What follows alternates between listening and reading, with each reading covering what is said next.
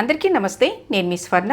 సొర్రపిట్టు ఈ విధంగా చేసుకుంటే 4-5 రోజులైనా కానీ పాడవకుండా చాలా బాగుంటుందండి. మరి లేట్ చేయకుండా ఎలా చేసుకోవాలో చూసేద్దామా? ఇవేనండి పాల సొరలు. సొరల్లో 2 రకాలు ఉంటాయి. ఒకటి నల్ల సొరలు, ఒకటి పాల సొరలు అనమాట. నేను మీకు పాల సొరలతోటి చేసి చూపిస్తున్నాను. క్వాంటిటీలో వచ్చేసి 2.5 కిలోల వరకు నేను మీకు చేసి చూపిస్తున్నానండి. చేపల్ని శుభ్రంగా కడిగిన తర్వాత ఇలా కట్ చేసుకుని బాండీలో వేసి 2 గ్లాసులు నీళ్లు పోసి ఉడికించుకోవాలండి. అంటే కొంతమంది కట్ చేయరు, కట్ చేస్తే తొందరగా ఉడుకుతాయి అనమాట.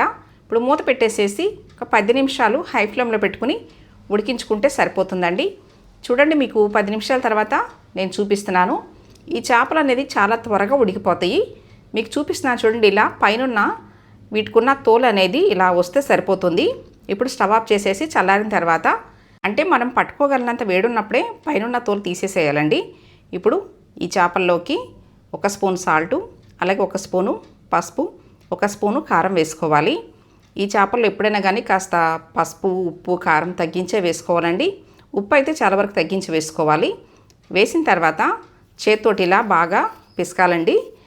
ఇది ఇలా పిసికి చేస్తేనే మనకి పొట్టు అనేది రెడీ అవుతుంది. చూడండి, ఎక్కువ ముళ్ళు కూడా ఉండవు. సెంటర్లో ఒక బోన్ ఉంటుంది, అది కూడా గుచ్చుకోదండి. ముళ్ళతో పాటు తినేసేయచ్చు. చూడండి, ఈ విధంగా బాగా కలపాలన్నమాట. చూస్తుంటే గుడ్డు పొరుట్లాగా ఉంది కదా, కానీ టేస్ట్ మాత్రం చాలా బాగుంటుందండి సొరపిట్టు. ఇప్పుడు స్టవ్ మీద ప్యాన్ పెట్టుకుని ప్యాన్లో 2 స్పూన్లు ఆయిల్ పోసుకోవాలి. 2 కిలోలన్నరకి 2 స్పూన్లు ఆయిల్ సరిపోతుందండి. ఆయిల్ ఎక్కువ పోయకూడదు.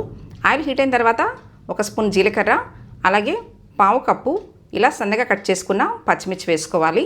అంటే నేను 10 పచ్చిమిర్చి వేసానండి, అందుకనే కారం 1 స్పూన్ వేశాను. ఇప్పుడు అరకప్పు కంపల్సరీ స్ప్రింగ్ ఆనియన్స్ అనేది ఇలా ఎక్కువ వేసుకోవాలి. ఇందులోకి ఉల్లికాడలు ఎక్కువ ఉంటేనే టేస్ట్ చాలా బాగుంటుందండి. మనకి సొరపిట్టు అనేది కూడా 4-5 రోజులు పాడవకుండా ఉంటుంది. ఇప్పుడు ఇందులో కలిపి పెట్టుకున్న సొరపిట్టు వేసేసుకుని స్టవ్ మీడియంలో పెట్టుకుని కలుపుతూనే ఉండాలండి. ఇలా కలుపుతూనే ఉండాలి, లేదంటే అడుగు పట్టే ఛాన్స్ ఉంటుంది. చూడండి, మీకు ఫ్లేమ్ కూడా చూపిస్తున్నాను. ఇలా మీడియంలో పెట్టుకుని కలుపుతూ ఉండాలి. ఒక 10 నిమిషాలకి మనకి రెడీ అవుతుందండి. చూడండి, మీకు 10 నిమిషాల తర్వాత ఇలా పొడి పొడిలాడుతూ వస్తుంది. ఇప్పుడు లాస్ట్లో కొంచెం కొత్తిమీర వేసుకుంటే సరిపోతుంది. నేను చేసిన సొరపిట్టు మీకు నచ్చినట్లయితే ఈ వీడియోని లైక్ చేయండి, మీ ఫ్రెండ్స్ అండ్ ఫ్యామిలీ మెంబర్స్కి షేర్ చేయండి. ఫస్ట్ టైం నా రెసిపీస్ చూస్తున్న వాళ్ళు నా అకౌంట్ని ఫాలో చేయండి. Thanks for watching.